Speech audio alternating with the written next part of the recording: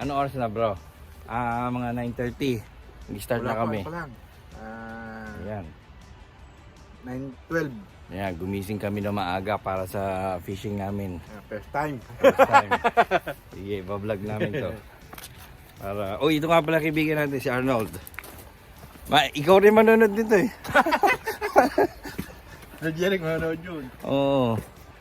Hindi ko alam ang daan. Dito tayo.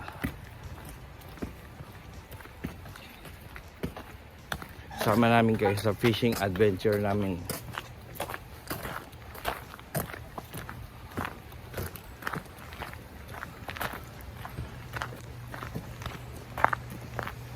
Sana marami tayong mahuli. Mapupuno yung net namin. Sana. Wala yung plastic bag, lagayan. Oo, plastic bag. Meron din akong kaibigan na hindi nakasama. Ano din yan? Ano daw siya? Injured. Si Raymond. Ito pala.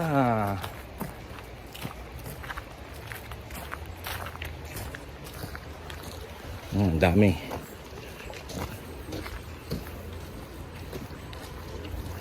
Ayun yung dati doon. Ito boundary eh. Yung may... Ito nga nakikita ko sa kabilang tulay. Sabi ko saan kayo dadaan itong mga taong to? Ang dami. Ang dami.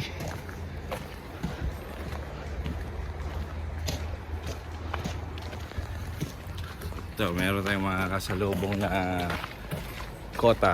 Hello, morning. Morning. Yun, may dala siya oh. Kami, rad pa lang dala namin. Rad pa lang. Pero sana meron tayong mga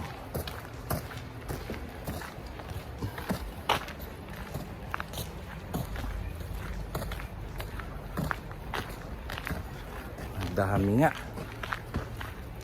Saan kaya nagdaan yung mga yan? Dito. Tumawid. Dito tayo. Sige. Nakawala.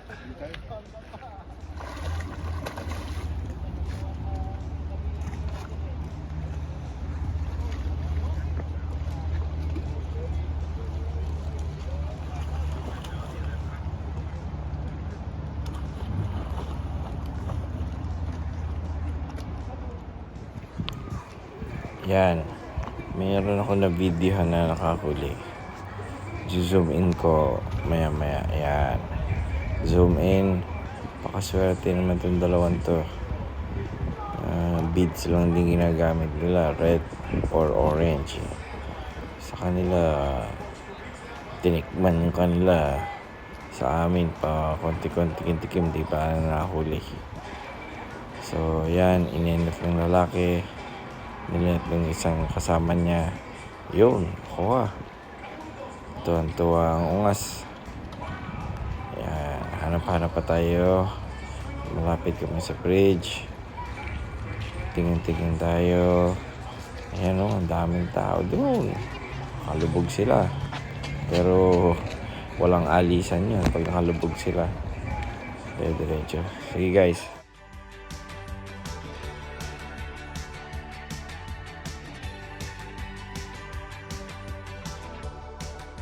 Video ko yan, naka-video pa.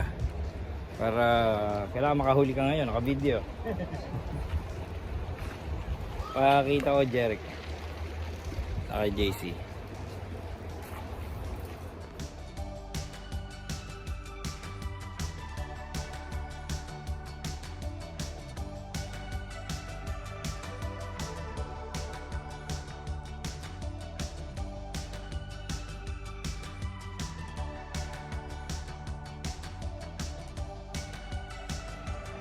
Yan guys, in action to.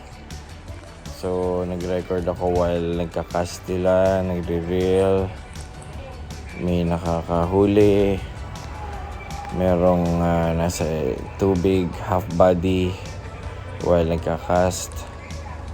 At trivia nga palang nahuhuli dito ngayon.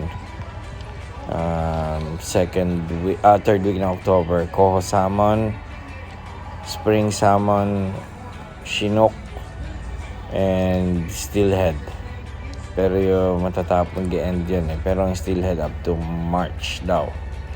Sabi ng isang nagmo-monitor dyan sa fisheries. At ginagamit ng karamihan 16 to 20 mil soft beads. Either red, green, or orange. Pero red and orange daw yung itong season, itong week, or for the past 2 weeks makibit. So Weather Bridge, constructed 1910, made of wood. Then 1912, nakita ko to, Canadian Highway Expedition. So natapos siguro by 1912, and then nag-construct ng Canadian Highway. So while pauwi ako, nakita ko pa tong mga